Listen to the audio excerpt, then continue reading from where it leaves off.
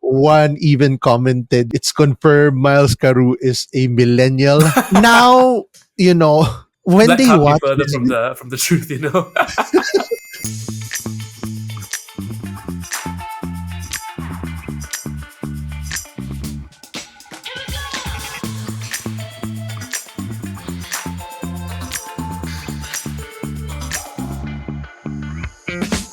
hey, what's happening, boys and girls? This is your captain speaking of G3, coming to you here on a very, very special interview in line with, of course, the upcoming Dexcon DAKILA happening on May 17th and 18th. For the 17th, it's going to be the meet and greet. And of course, the 18th is the event proper happening at Brawl Pit Bulusan. This is going to be a casual interview, very different from the ones I had earlier. Because right here, right now, I'm not gonna lie to you guys. When I found out I'm gonna be interviewing this person, I am obviously excited because it will be his first match in the Philippines. And obviously, I will be the first of the few Filipinos that he'll be talking to prior to him coming here to the Philippines. The information I have, it really got my attention. This guy is no slouch. He's 6 foot tall, from Selangor, Malaysia. He is one half of the SPW Southeast Asian Tag Team Champion alongside the Wonder Boy, collectively known as the Juicy Boys. Ladies and gentlemen, it's the Lyrical Lightning, Miles Carew. Hello. Thank you so much for having me for this interview. Miles, I've met a couple of local and some of international wrestlers, and your name is very different from the rest of them. So please introduce yourself to the audience and let them know who you are. So, as you mentioned, my name is Miles Carew. I also have a little nickname called Lyrical Lightning. I would like to say I'm one of the top wrestlers in Malaysia, but I will leave that up to you guys when you see me in the ring at Dexcon in DAKILA. Yeah, I'm really excited for this upcoming match. It's going to be my first time coming to the Philippines, and yeah, I'm just looking to leave a strong mark, a strong impression. Everyone who comes in here to the Philippines from outside in the Southeast Asia, especially in the wrestling scene, they leave a very, very unique mark. So no pressure, definitely you will. So let's go start off with obviously your name, Miles Carew. May I know the origin of this name? Well, if you want to know the kind of origin behind it, Carew is my grandfather's name, and it's kind of like a family lineage kind of vibe there. And Miles is something that's kind of stuck with me over time. It was a situation where like I was kind of nameless for a bit, if that makes sense. And this was like kind of during the pandemic, because there was a point where I was going under a different moniker, and that was something I didn't want. I didn't know about it, and I only found out about it by seeing the name on a poster and then getting told afterwards, "Oh, that's you. Figure yourself out." And then, so yeah, during the pandemic, when things were kind of coming to a stop, and when we had more time to figure things out, and management was changing, and things were going to get better in Malaysia for wrestling for the future at MYPW, the name Miles stuck with me because it was kind of something that was part of me. Is like, I can run for miles. I got that gas tank. I got that stamina. No one matches me like that in Malaysia. If you want to ask the boys in Malaysia, when they train with me, it's always going to have a lot of intense cardio stuff, because that's what I like. That's how I push myself, and I like to push myself against others with that as well. So that's kind of the origin story behind that. I see. I saw your Instagram post about the Miles part. Now I get, because you make people run, you make people sweat, and for some reason you make people crawl because you actually run for miles, and that's gonna leave a mark, at least now for me, with your name. You started off, you said, during the pandemic. What's the story behind this? So I started pre-pandemic. My training started in 2019, mid 2019. So I'm 6 years in now. And I was at the time definitely not ready for my first match, but I was thrusted into a position where I don't think I should have been thrusted into. It's something I don't regret, and I'm kind of happy that happened, because it's given me perspective and experiences to learn from, so that now that when I coach the boys in Malaysia, these things aren't going to happen to them, because there were a lot of bad things that happened before pandemic, but all that stuff we are able to like take from all those bad experiences, learn from it, and create a much better environment now. And yeah, these kind of things, they won't happen to them. But I was essentially, a name was written on the poster, and I was told with like 2 weeks to the event to go, yeah, that's you, by the way. And so I just had to, and I had no preparation for like ring gear. I had no preparation for how I was going to do any of this stuff. Like, I just had to figure myself out. It was kind of like I sink or swim kind of thing.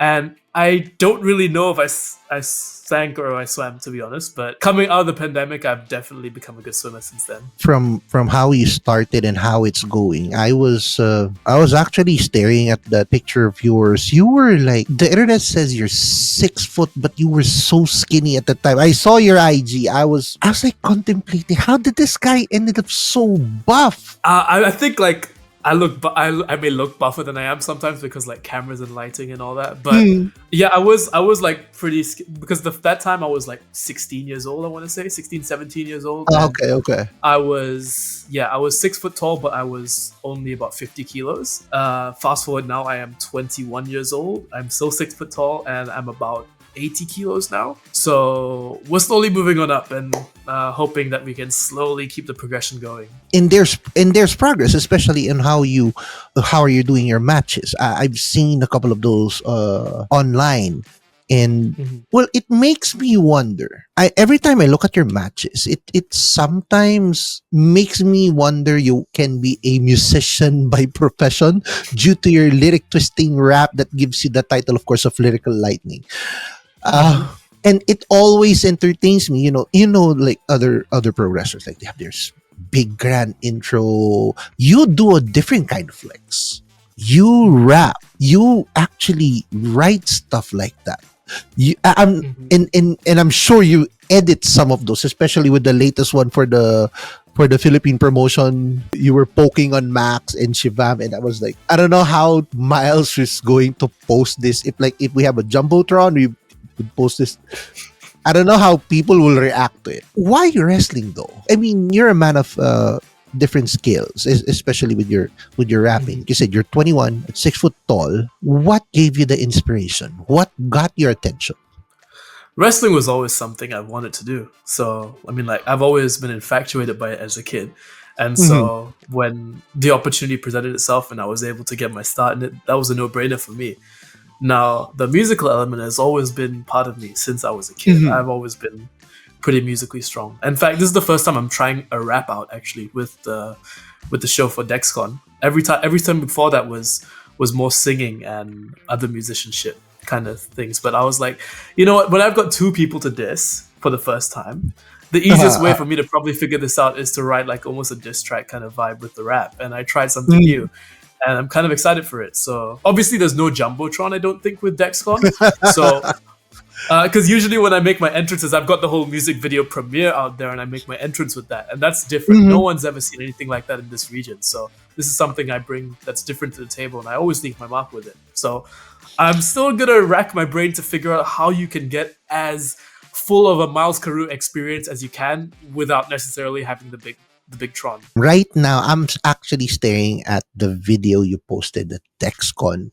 It's currently at 860 views since April 30th. Okay. Which is roughly 6 days. And you're getting the attention already of 800 people, or 800 people already viewed the video. And they were like commenting already, you're bringing in the heat. And he was like saying, it's already hot here in the Philippines. Please have mercy on us. One even commented, it's confirmed Miles Carew is a millennial. Now, when that they can't watch be further from the truth, Now that if they're going to watch this video after this, like, they'd be like, where is this guy getting his inspiration from? This is music that he was not even born with, and that's the appeal of Miles. It's high energy, never boring, always has something new to offer at the table. Obviously, that's not always rainbows and butterflies, especially in pro wrestling. Yeah. In Malaysia, or at least in your experience, was there actually a moment that you felt stuck? You were like you got into a slump. That's a good question. I guess there are like a couple points, maybe I would say. There was first one was obviously when the pandemic hit, like when it first hit and everything shut down. Like everything's kind of like stopping. And from the MYPW side of things, there's a lot of stuff that went on behind the scenes. Where honestly now it's a blessing in disguise, because now we're like in a far better position than we were back then, and we would have been if all that stuff didn't happen. But there was a point in time where it felt like we had to rebuild the entire company from the ground up with with myself and maybe one other pro wrestler in Malaysia, and with Eman in Australia, and Carlo stepping in to help us as our head coach from Australia as well, who is incredible. He's done so much for Malaysia Pro Wrestling. He is Lance Storm's first graduate from the Storm Wrestling Academy as well. So you know that we have really leveled up since the pandemic in that sense. That's, I guess, one thing that I guess has been a slump that we have come out stronger from. For me, another one would as well be, I've got a history of knee issues. So I have torn a ligament in my knee, and I've dislocated it twice before. It still is torn, by the way, but that's just, I mean, that's how it is. But yeah, there were times where I was like... it doesn't look like it. I mean, it doesn't look like it because it's kind of as good as it will get without like repairing it. I mean, I haven't got it scanned since. I don't know if it's like... I don't know the science behind it. Is it going to grow back or not? I don't think that's how it works. I think it's just torn. So I just got to like be careful, kind of. But yeah, I mean... it's as good as it will get in that sense. And there was a time where I was like really doubting myself, thinking, oh, like, is this for me? Like, I've dislocated my knee and I've torn the ligament. Then I've had this recovery over like 6 months. I come back and then like I immediately dislocate it again. Like, there was like a lot of doubts going into that. But I think now I've come out a lot stronger, a lot more confident, and probably a better version of myself than like when that happened 2 years ago. In the torn ligaments is actually traumatic for some athletes, right? It's when their ligaments are torn, it gives them that kind of fear at the back of their heads. They won't be able. They have this fear of already moving because they might, get into a worse injury than they currently are. Yeah. But in your case, now that you mentioned that, and again, this is me watching your matches. If you didn't tell, I wouldn't know. Like nothing happened. I mean, yeah, you wouldn't know because I've kind of not tried to... I've definitely changed my style a little bit since then and like been smarter with the way I do things so that you're still going to get 100% of me. You're still going to get top class in-ring work. You're still going to get all the good stuff there. And you're not going to have... like, you're not going to see situations where I'm going to be less confident doing things because I have an injury. I'm just smarter with the way I do things now. What's your secret then?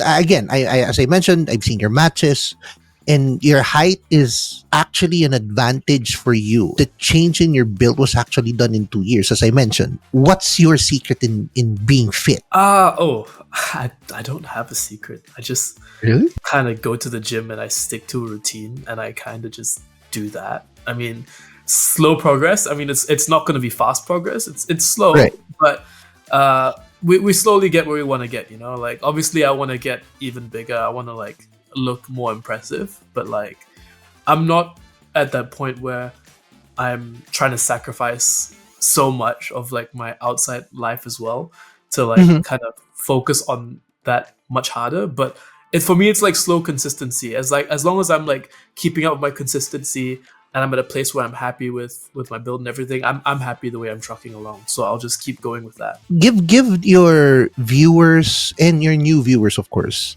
a word of advice for people who are trying to pursue this profession, this sport. First thing I would say, you have to find a good wrestling school, of course.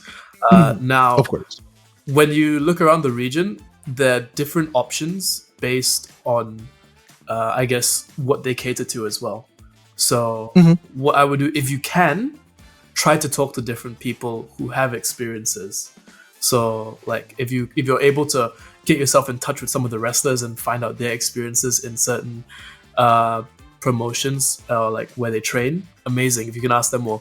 And like from my perspective, I will always be happy to like answer questions about that, because when I was in that situation, like I needed some help to like point me in the right direction of how to get started and everything. And obviously, the more our MYPW family grows, the happier I am as well. So, yeah, like you need to be able to do your research, figure out what promotions cater to what, which schools cater to what, and figure out what's the best place to go to start your trading to basically meet what your goals want to be. Plain and simple. We already mentioned the Miles Cruise side, the Malaysian side. We will now go to the most interesting part for me because again, this will be your first time in the Philippines. Yes. You've been into other Southeast Asian countries. Every time you're outside Malaysia, what goes in your head before the match? I wish I could give you something better, but like it's more just like, okay, let's get to work kind of thing. It's not like I've got so many things going on in my head. I feel like I'm at the point now where I've been wrestling internationally very frequently to the point where it's another match and I'm just gonna get to work. I'm gonna put in my best effort. I'm gonna give the crowd a good show. That's always the way it is for me. So it's gonna be the same next week. I mean, obviously if it's my first time in Philippines, it's probably gonna be like a little bit more of I want to leave a strong impression for these people, and I'm hoping that the crowd receives me in a certain way. But besides that, let's just get to work. Anyone who chooses the Philippines to compete, to play, or to at least have fun, we welcome everyone with open arms. And that's a known fact. There's also a new face for the Pusong Pinoy Wrestling Championship, alongside, of course, Shivam and our champion here, Maxx. What do you think is your advantage against these two? Well, it's difficult to say because with Maxx, I've never got in the ring with him, and all I can go off is what footage I've seen of him. With Shivam, I've got a lot of experience with him. Like, I've been on the same show as him many a time, Malaysia, Singapore, Thailand, all over. And I've wrestled him in Thailand as well before. Now, I came out on the losing end on that one, but I know his arsenal that much more now. So I'm going to take that and keep that in the back of my head when I go into this next one. And obviously, I've got the psychological advantage. I always do. That's the unique thing about me. No one has ever got into a match with me with the psychological advantage. That mindset of you, regardless of you winning or losing, you still keep your head up high. You can see on your face, the expression says it all. I already did a good performance.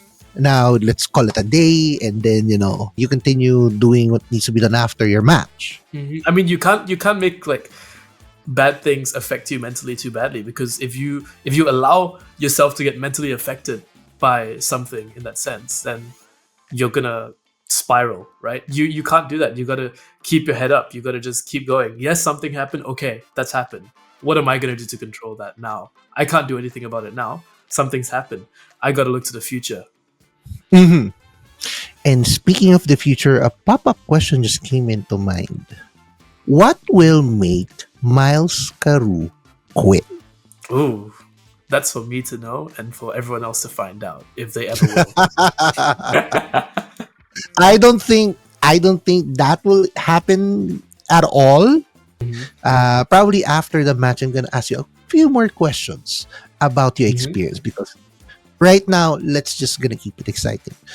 Please invite everyone to watch your match on May 18 at the Broadfield Pulusan. That's right. I'll be wrestling against Maxx and Shivam in a triple threat for the top prize in Philippines wrestling. That's the Pusong Pinoy Wrestling Championship. And look, all three of us are going into this as champions. Shivam is MYPW Southeast Asia champion. I'm SPW Southeast Asia Tag Team champion. And Maxx is obviously the Pusong Pinoy Wrestling champion. So you're going to watch three regional champions battle for supremacy. And the winner is going to leave with all the glory. And what's more, this is a massive event. It looks like it's going to be the biggest event in Philippines wrestling history, if I dare say it. So you got to come down, you got to watch it. And if you're not watching it live, you got to watch it when it comes out on Triller TV. Miles, your socials, please. So my social media is at Miles Carew Pro, PRO, on all social media except for Facebook. I don't have Facebook because I'm not a boomer. So I've got Instagram, I've got Twitter, X, I've got TikTok, I've got YouTube. I used to stream on Twitch as well. And fun fact, I used to do weekly streams with JDL during the pandemic as well. So really? I had loads of fun with that. Yeah. So literally, you could probably find me on everything at Miles Carew Pro. I mean, I don't use the Twitch anymore that much, but everything else, yeah. YouTube as well. YouTube is there. TikTok, X, Instagram. There you go. Just not Facebook. And don't ask me to make a Facebook because I'm not going to do one. Don't forget to follow this guy. He is nice to talk to, and you will not regret the day you shake hands with the one and only Miles Carew. So we'll not take it for long. This is again your captain speaking on behalf of G3, and of course for Dexcon DAKILA.